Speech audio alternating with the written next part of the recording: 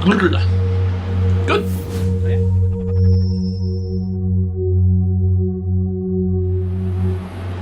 Hello everyone, welcome back to my channel. If you're new here, my name is Bohdi and welcome to my reading nook. So today's video, I'm going to be giving my thoughts and opinions on some of these books in the Secret series. Now, in this series you have The Secret, and then you have The Power, you have The Magic, which I'm currently reading, then you have The Hero, and then the latest one that only recently came out is How the Secret Changed My Life. Real People, Real Stories. So these are all by Rhonda Byrne. Now, I read The Secret years and years ago, or at least I read majority of it, but then I read other books that are very similar to it, so I didn't really finish it. But at the end of last year, I finished reading The Power in the last week of last year, and then I bought myself How the Secret Changed My Life, and I finished that on New Year's Eve. And on New Year's Day, I began reading The Magic. And I haven't read The Hero. So, the main gist of The Secret is it follows the law of attraction.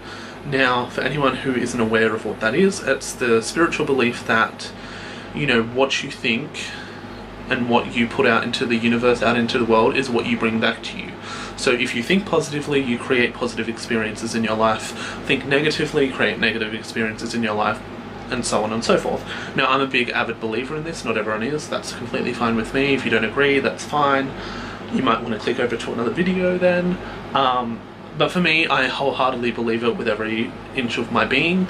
So, The Secret, you know, it goes through explaining this process of, you know, asking, believing, and receiving. So it talks about manifesting your desires in your life. So, for example, if you've seen my vision board story, or my vision board, a video that I uploaded a little while ago, that kind of goes off the premise, or, you know, what The Secret is all about.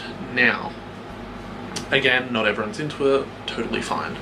So, I was reading The Power, and you know, a big part of The Power is talking about gratitude.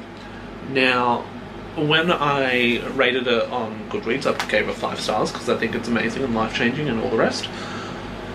But there was a 1-star rating, and I kind of looked at it and I gave it a bit of a side-eye, because I know that a lot of negative ratings of spiritual books are mostly from skeptics. And this particular rating, the world is lost in a sea of love and light, and visualization is lovely, but these authors confuse positive thinking with positive action, and you can think as much as you like and nothing will ever happen. And books like these repeat that we get what we deserve. It follows therefore that you deserve to be poor or unemployed or sick or blah blah blah, and like it's such a sham, and this and that and whatever, they're more harmful than this, and what good does it do? And, you know, everyone needs like a healthy dose of common sense if they read books like this. And I thought, at the core basis, at the soul of this book, regardless of whether you believe in the principles of it or not, at the core basis of all these books is trying to promote happiness in your life, trying to be grateful for what you have in your life. Now, is that a really bad thing to have? When you consider how much is going on in the world, is it really that bad to try to be a little bit more optimistic or positive?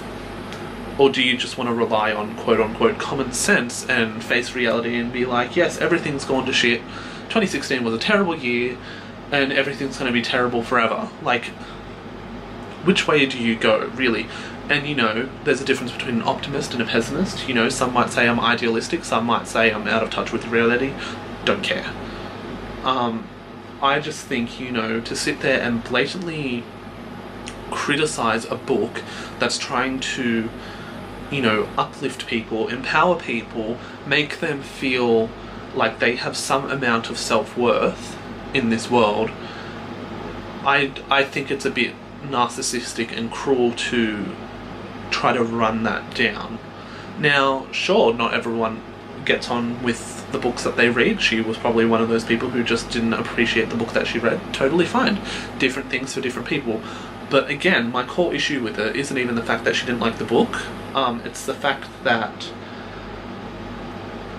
the idea of like what will being positive get you, and at the end of the day, whether you believe that being positive will manifest you, you know, a love life or career or whatever, or whether you think that being positive doesn't do any of that, the basis is being positive makes you positive, and that's all there is to it. So other than that, that's my rant over.